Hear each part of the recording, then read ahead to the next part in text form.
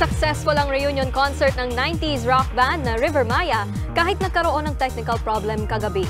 Opening song nila sa libo-libong fans ang Monopoly. May solo performance din si Rico Blanco ng You'll Be Safe Here.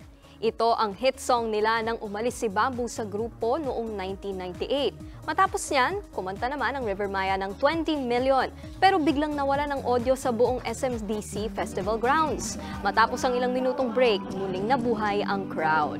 Nagtapos ang 2-hour concert sa hit na Himala at Kisap Mata with fireworks display pa.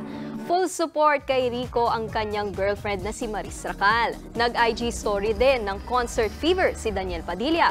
Nagpasalamat naman sa fans si River Maya drummer Mark Escueta.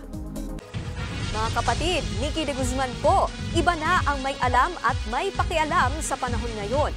Para sa tuloy-tuloy na balitaan sa Frontline kahit weekend, mag-follow at mag-subscribe sa social media pages ng News 5.